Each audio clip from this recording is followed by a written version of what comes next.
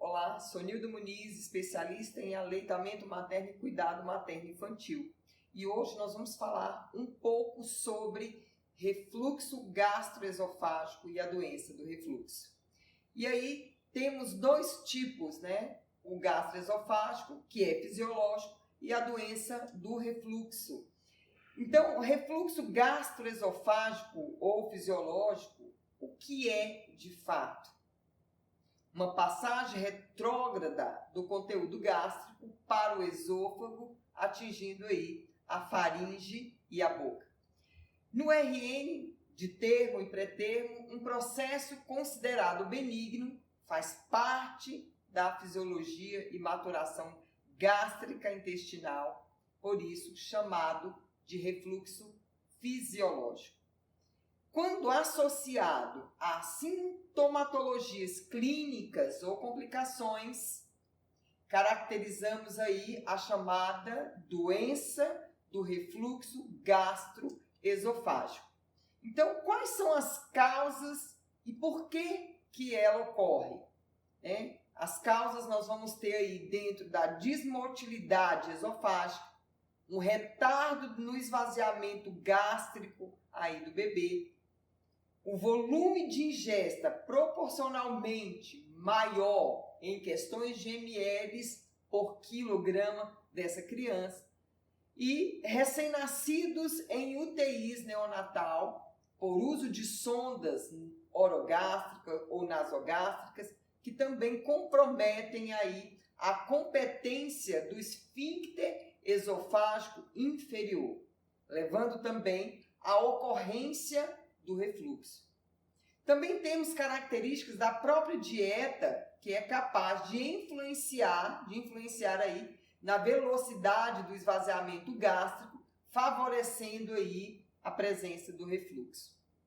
Lembrando que o leite materno, ele acelera o esvaziamento gástrico em relação às fórmulas lácteas, né? Os probióticos, os prebióticos e fórmulas hidrolisadas, elas também reduzem o tempo do esvaziamento gástrico nesses casos. Então, quando que surge aí esse refluxo fisiológico? Logo nas primeiras semanas de vida do bebê. E quanto tempo dura ou perdura na criança esse refluxo fisiológico? Até 4 meses de idade e pode vindo a ser reduzido posteriormente e, na grande maioria dos casos, se resolvem até 1 ano de idade, aí, 1 ano de vida dessa criança de forma tranquila. E como que se percebe? Como é que pode a mãe aí perceber na sua criança, né? Então, características de regurgitamento seguidas como vômitos, né? Que é benigno e transitório. Mas há necessidade de medicação nesses casos? Não há necessidade de medicação nesses casos, desde que não haja comprometimento no ganho de peso e nem no desenvolvimento dessa criança, porque nesse caso há sim já instalada a doença do refluxo. Então, o que se faz nessas condições? O que fazer? E aí a gente entra incluindo as medidas dietéticas e ambientais, né? Manter aí o RN em posição vertical logo após as mamadas por 20 a 30 minutos. Dormir em posição supina, né? A criança com a barriguinha para cima, com elevação da cabeceira ali do berço ou da caminha dele de 30 a 40 graus. Isso vai fazer toda uma diferença. Rever técnicas da amamentação, que essa criança seja elaborada dentro de um processo da amamentação em posicionamento em que ele consiga vedar de forma favorável o complexo mamilar areolar, para que ele não venha ingerir uma quantidade de ar. E a posição de cavaleiro, a posição invertida, é muito mais favorável durante esse processo de rever essas técnicas, né? Utilizar fórmulas espessadas, caso essa criança for para a forma infantil, e fazer um fracionamento da dieta. trabalhar essa dieta de forma fracionada vai favorecer aí condições para essa criança. E agora nós vamos falar um pouquinho sobre a doença do refluxo gastroesofágico.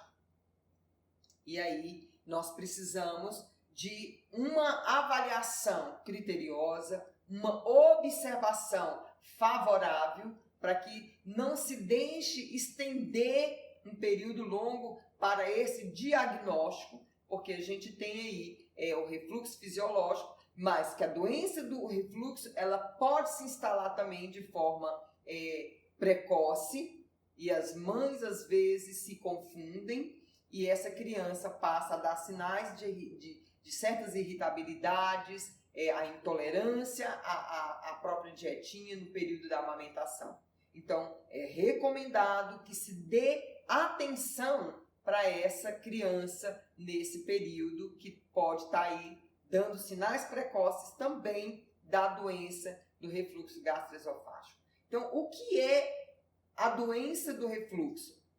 Quando associada a sintomas clínicos e complicações, caracteriza aí a chamada doença do refluxo gastroesofágico. Então, tem sintomas clínicos, já tem uma história e isso vem trazendo prejuízo para a criança com essa condição de regurgitar, perda de peso ou um ganho de peso arrastado, um desconforto, irritabilidade, pode estar sim aí se instalado a doença do refluxo gastroesofágico.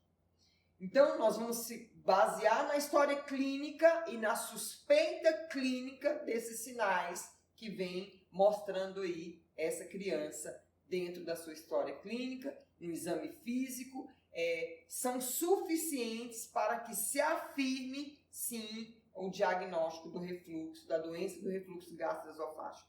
Claro que, mediante a história clínica, o exame físico, para que nós possamos afirmar, fechando o diagnóstico, nós vamos ter que pedir aí um exame de imagem dessa condição do abdômen aí, na condição gástrica dessa criança.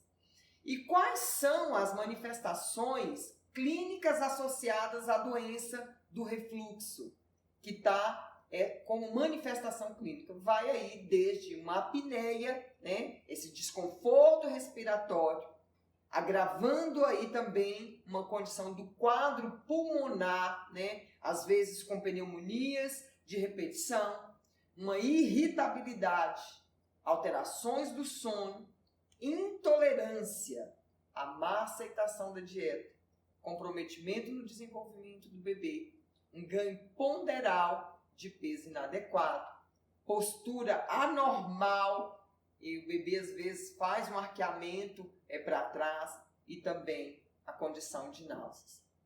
Então, a doença do refluxo, ela traz sintomas típicos, como choro, irritabilidade, recusa alimentar, perda de peso, mesmo com quadro de mamadas organizadas, mamadas longas, né? Sensação de que o bebê já está saciado, mas ele quer peito toda hora. Ele investe de novo nessa alta demanda da sucção e às vezes chega a fazer vômitos, não um regurgitar comum, mas o vômito. Outros sinais atípicos ou extradigestivos, nós vamos ter a tosse, um desconforto respiratório, né, o que a gente chama aí de apneia. Quando surge, então, esses sinais para que a mãe possa ter um olhar mais apurado? Nas primeiras semanas após o nascimento, é possível se observar aí essas condições, essas consequências, os sintomas vai sendo surgido aí logo nas primeiras semanas. Então, quais são as consequências para o bebê? Quais são os prejuízos para essa criança? A perda de peso, mesmo com o quadro de mamadas organizada, mamadas longas, a sensação de que o bebê está saciado, mas às vezes faz vômitos em jato, já não é um regurgitar, é vômito. Mama muitas vezes até colocar realmente tudo para fora. E aí a gente vai percebendo que há um roubador de peso nesse contexto. E essa criança, a mãe relata para nós que mama o tempo todo, a gente vê um contexto de todo momento, mesmo avaliando a mamada do início ao final, o bebê ele mama a ponto muitas vezes de vomitar, já são quadros bem críticos. E quais seriam aí os profissionais que essa nutriz, que essa mãe deveria procurar? Um pediatra para assistir dentro de um contexto do aleitamento materno e que apoia, promove o aleitamento materno, ele vai estar aí vestindo a camisa, observando esse desgaste tanto para a mãe quanto para o bebê, e repercute na condição também de um profissional gastro, um pediatra com especialidade dentro da parte gástrica, vai poder também reelaborar isso de uma forma mais favorável. E aí o pediatra entra nesse contexto para trabalhar aí uma particularidade, muitas vezes medicamentosa. Então, o que se espera desse profissional? Que ele avalie num contexto geral, de forma global, essa criança, avalie a mamada, os sintomas que a mãe vai estar relatando do que se percebe durante esse período em casa com a criança, as mamadas, a técnica dentro de um contexto favorável e eficaz da mamada, assistindo essa mamada do início ao final, associando os sinais clínicos com a história que a mãe traz como relato. É importante que esse profissional, o pediatra, possa avaliar de perto. E a própria pessoa habilitada dentro da parte do manejo clínico da amamentação, ela também já vai conseguir margear aí em qual contexto está essa criança dentro do refluxo. Está voltada para o refluxo fisiológico ou está dentro já do quadro da doença do refluxo? É interessante observar isso. Então, quais métodos diagnósticos?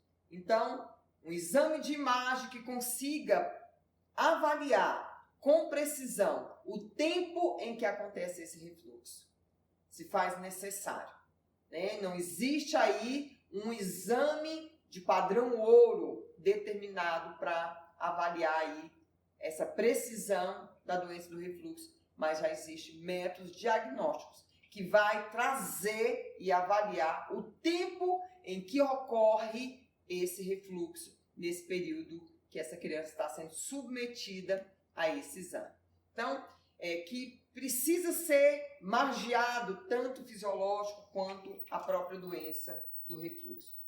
E aí vale ressaltar, não existe nenhum exame que seja considerado padrão ouro para o diagnóstico da doença do refluxo gastroesofágico.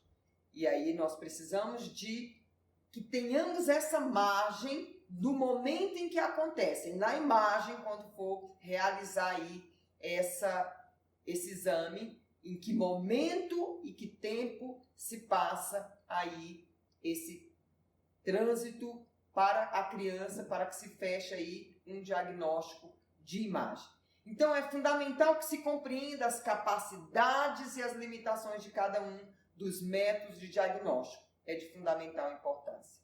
Então, nós temos aqui o refluxo fisiológico, que é algo natural, transitório, que vai acontecer aí num período até 4 meses, às vezes repercute aí por 1 ano, mas que não precisa ser trabalhada a condição medicamentosa, mas a parte ambiental e de forma de dietas, trabalhando e aprimorando aí o aleitamento materno, e nós vamos ter a doença do refluxo, pela qual é preciso ser assistida, levada a sério e muitas vezes trabalhar não só a condição da dieta, de posturas, mas também medicamentosa.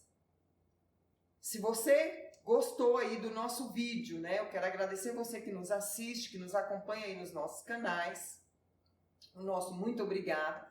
Gostaria que deixasse aqui o seu comentário, se tiver mais dúvidas sobre esse assunto, mesmo ou outros temas, deixe as suas perguntas nos comentários que nós iremos responder.